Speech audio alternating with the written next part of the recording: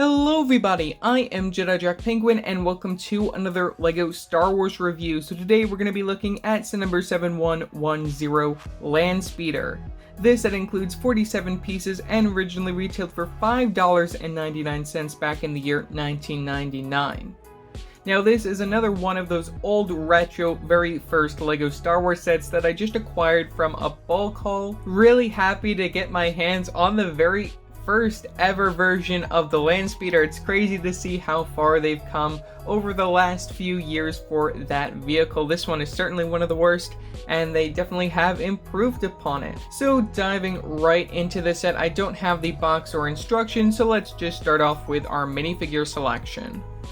Looking at our very first minifigure, we have Luke Skywalker. Now this version of Luke also comes within 3 other sets counting this one. Most notably those 2 other sets releasing in 2002 and then the other one being the 2004 Cantina, which I thought was really interesting that they were producing this version of Luke all the way up till 2004. Now one really cool thing that we see on Luke's minifigure is leg printing, which is something that we didn't really see a lot of back in the day, so that's really cool to see that we got leg printing on this version of Luke Skywalker. He's in his classic Tatooine outfit, get the print from the front of the torso, no back printing, yellow flesh tone for the time period, which you can also see on the facial expression, which is certainly an interesting facial expression for Luke, and they have improved upon it since. And just like Obi-Wan in this set, he gets the regular haircut style piece for his minifigure. Looking at Obi-Wan Kenobi, or Old Ben Kenobi, first thing I might as well note is that this version of Obi-Wan is exclusive to the set, mainly because we use the older light gray for the hair compared to the newer light gray that we'll see again in the 2004 Cantina set that we also see our Luke minifigure return in as well. Other than that, we get one really amazing accessory of the lightsaber in blue, where we also have that chrome hilt. Really nice to see that back in the day. One of those pieces that I just really love seeing in these LEGO Star Wars sets. We also get the print from the front of the torso. We get the old dark brown for the hips piece, which I find rather weird that they're doing that, but hey, it's fine. And then we get the yellow for the flesh tone right there. You can also take a look at the older light gray being used for the beard, and you can spin them right around. We don't get any back printing, which is to be expected for a character at this time.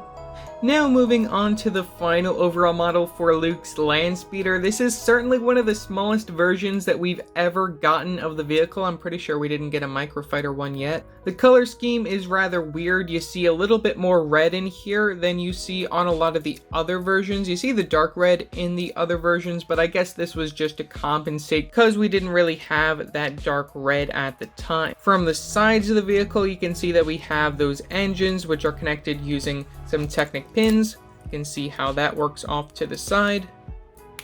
And we get another one from the other side, and then we get the one on the middle, which is just attached by the studs. We don't really see any secret compartments or anything. Really, you just get the 2 seats for your minifigures, which is actually using a clever building technique that LEGO uses a lot nowadays, that being these jumper plates just to separate the seats in a certain way to make sure that both the minifigures can sit down. The only problem with this, however, is that we have the windshield so close to the seats that you actually have to have your minifigure's hands above the windshield. That's the one real big complaint that I have with this set. We have a little great piece right here to represent one of the small parts on the front of the Landspeeder, which I like that they're trying to add some detail here with that, but hey, it just doesn't really work for me. And then from the very front, you can see that we continue with that older light gray, dark gray look, which I think is fine, you know, and then you get the tan overall for the color scheme. You can take a look at the bottom just to see the main base and foundation of the build.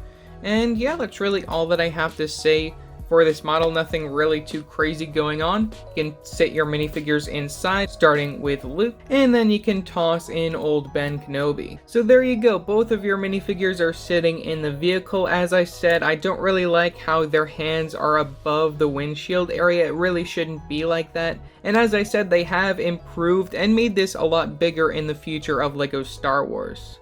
So overall, for $6 back in the day, that's kind of gives me the polybag vibe, even though this was in one of those smaller boxes. I would really love to see LEGO return to making small sets like this for like any theme overall. Would be really cool to see them start doing that again. Really cool to get two classic versions of main characters from Star Wars, both Luke Skywalker and Obi-Wan Kenobi. And the Landspeeder build, it's fine for the time period, but as I said, they just have been improving upon that vehicle and even giving it to us like maybe every 2 or 3 years over the past decade. So yeah, that's pretty much all that I have to say for this video. Leave your thoughts down in the comment section below what your thoughts are on this set.